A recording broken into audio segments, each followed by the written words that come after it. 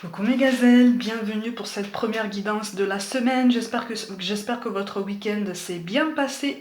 Pour ceux qui ne l'auraient pas encore vu, j'ai mis en ligne hier la guidance hebdomadaire sur un thème précis, donc comment incarner son meilleur changement dès cette semaine. Donc je vous invite à aller la visionner, elle est assez longue, mais je pense qu'il y a des pistes de réflexion et il y a des messages utiles pour beaucoup de monde ici. On va regarder les énergies dominantes pour certains d'entre nous. Et on va voir un petit peu à quelle sauce on va être mangé aujourd'hui. Bon, on a besoin d'un changement. Bon, on nous invite à nous mettre en mouvement. D'accord, ok. On nous invite à nous mettre en mouvement, on nous invite à nous écouter au niveau des émotions, au niveau de la gestion des émotions, il y a quelque chose qui est à travailler aussi. On entretient une rancœur, une colère par rapport à quelqu'un qui n'agit pas, ou en tout cas qui n'agit pas assez à notre goût, ou alors c'est quelqu'un qui entretient une colère ou une rancœur, ou en tout cas une incompréhension, quelque chose de l'ordre de l'agitation par rapport à toi, parce que tu ne prends pas de décision, ou en tout cas tu es long à la détente. Si c'est pas toi, c'est la personne en face de toi, tout domaine confondu, il y a quelque chose qui prend un petit peu de lenteur là. Hein, on a une rancœur par rapport à des décisions qui ne se prennent pas. En ce sens qu'il y a comme un décalage, c'est comme si un changement était en train de se mettre en place, tout domaine confondu pour toi et pour au moins les énergies d'une personne. Pour d'autres, il s'agit vraiment d'un groupe de personnes. Il y a quelqu'un qui est censé être acteur de la situation, qui est censé prendre une décision, qui est censé un petit peu manager tout le reste, et vous avez l'impression en tout cas que rien ne se passe. Vous avez l'impression que la main tendue qui est attendue justement, cette démarche de mise en avant, de mise en mouvement, vous savez, comme une locomotive, ne se met pas en place. Hein. Et on a envie d'avancer pourtant, hein. On a envie, ça bouillonne quoi. On voit la fin de l'année arriver, on a très envie de mettre en place certaines choses, ou en tout cas, on a très envie de reprendre espoir dans le mouvement des énergies. Alors sachez, mes gazelles, la nouvelle lune va être à son maximum aujourd'hui aux alentours de 16h15, 16h17. Hein, pour tous ceux qui ont des cristaux, des petits talismans, des bracelets, des bijoux, tout ça, des pendules, mettez-les bien à recharger, elle va être à son top pendant l'après-midi. C'est une nouvelle lune en Sagittaire, c'est la dernière nouvelle lune de l'année. Donc on est synonyme de nouveaux projets, de nouveaux départs, de nouvelles initiatives. Donc c'est la confirmation que quelque chose au moins en toi se passe et tu as envie de prendre des initiatives. Là, on est en train de te dire que si tu as envie de prendre une initiative, c'est que finalement, quelque part, tu peux le faire même à moindre mesure. À moindre mesure, en ce sens, à ton échelle. Il y a quelque chose à réfléchir, en ce sens que là, en fait, 2020 est en train de continuer à nous apprendre que, de toute façon, on doit assumer les conséquences de nos actes à grande échelle, mais surtout que si on a envie de faire bouger quelque chose, si on a envie de voir un changement s'imprimer dans notre vie, il ne tient qu'à nous. Avec le valet de pique, de toute façon, il est question d'une décision qu'on a envie de prendre assez rapidement. Alors pour certains, il est question d'un engagement. Alors un engagement professionnel ou un engagement personnel, donc au niveau sentimental. Il y a un renouveau au niveau d'une amitié. Mais alors, une amitié même entre deux membres d'une même famille, c'est très particulier. Comme un renouveau au niveau d'un lien. On voudrait que quelque chose se remette en place, ou en tout cas, on voudrait que quelque chose prenne de la vitesse. Tout domaine confondu. Là, on est en train de te dire, on est en train de nous dire que si on a envie de toute façon d'aller chercher les réponses, si on a envie de mettre en place un changement, si on a envie de saisir une opportunité, de faire bouger un petit peu la maison, tu vois, de la faire rocker un peu, il ne tient qu'à toi, même à ton échelle, même avec un tout petit détail, une toute petite initiative. Il ne tient que d'un état d'esprit, souvent, hein. Très souvent, il ne tient que d'un état d'esprit, juste un petit changement dans la façon de voir les choses, et par un effet boule de neige qu'on ne maîtrise pas et qu'on ne réalise pas forcément, on résiste un petit peu mieux aux tempêtes, on résiste un petit peu mieux aux vagues qui ressemblent à des tsunamis et qui nous tombent dessus et qui nous donnent l'impression de nous effondrer.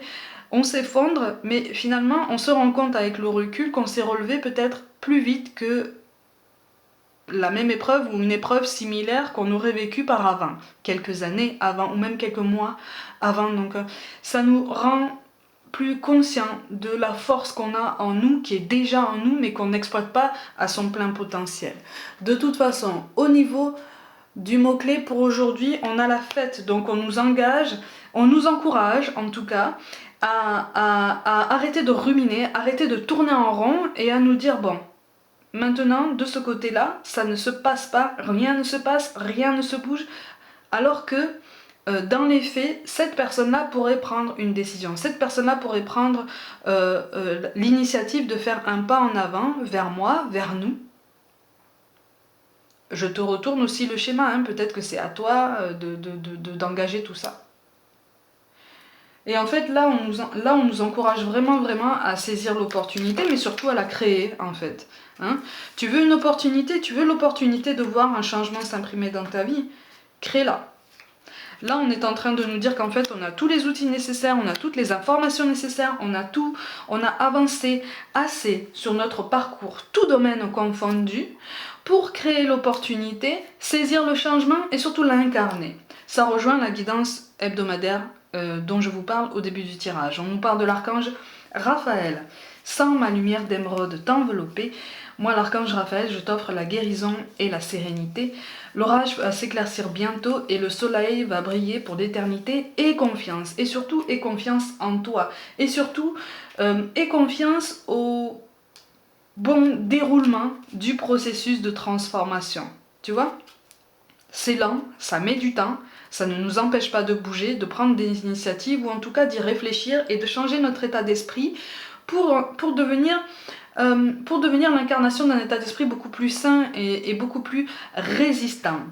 On nous parle de l'ange bleu, moi l'archange Michael, je suis à tes côtés, je suis tout autour de toi et je te protège pour toujours. N'oublie pas cela chaque fois que tu as peur, je t'aime, tout va bien. Donc tout va bien se dérouler. Il y a une situation de toute façon, tout domaine confondu, qui va se débloquer. Mais pour moi, il va y avoir une initiative de ta part. Ça va se débloquer en grande partie grâce à ton initiative personnelle, à ton pouvoir de suggestion. Tu vois ? Et ton pouvoir d'innovation aussi, hein, parce qu'il est question de nouveauté. On te parle de diversité. Le monde serait terriblement ennuyeux si nous étions tous pareils. Célèbre ton caractère unique, tu es spécial et tu es aimé. Donc de toute façon, on peut avancer avec un peu plus de confiance, même si certaines choses nous font trembler. On nous conseille de sourire et de nous dire « j'essaye, j'essaie. J'ai pas grand chose à perdre, j'ai beaucoup à apprendre, j'essaye. » Au niveau du chemin de vie, on a quoi? La carrière. Si une personne ou une situation te résonne en toi de façon particulière, si tu regardes cette carte au niveau de ta mission de vie, c'est qu'il y a quelque chose à creuser de ce côté-là. Pour moi, il y a une ouverture au monde qui est nécessaire, mais c'est quelque chose... Moi, je vois quelqu'un qui ne s'est jamais vraiment autorisé cette ouverture pour différentes raisons. Et ça rejoint ce qui tombe pour le chakra du cœur, n'écoute pas les autres. Voilà. Pour moi, là, au niveau de ta mission de vie, au niveau du commerce, il y a quelque chose que tu ne t'es pas forcément permis au niveau de ta mission de vie, de ta carrière, de ton chemin, parce qu'on t'a plus ou moins contraint à coller à une étiquette, à coller à des protocoles, à une image, voire à une continuité entre générations. Et il y a quelque chose qui a bloqué à ce niveau-là.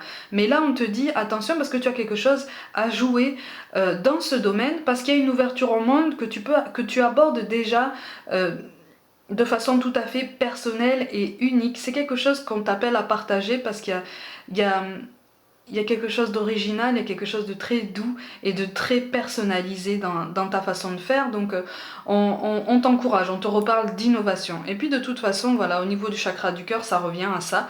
N'écoute pas les autres. Pour ceux pour qui les deux sont rejoints, effectivement, on te demande vraiment de prendre du recul et de regarder tes ambitions, tes réelles ambitions.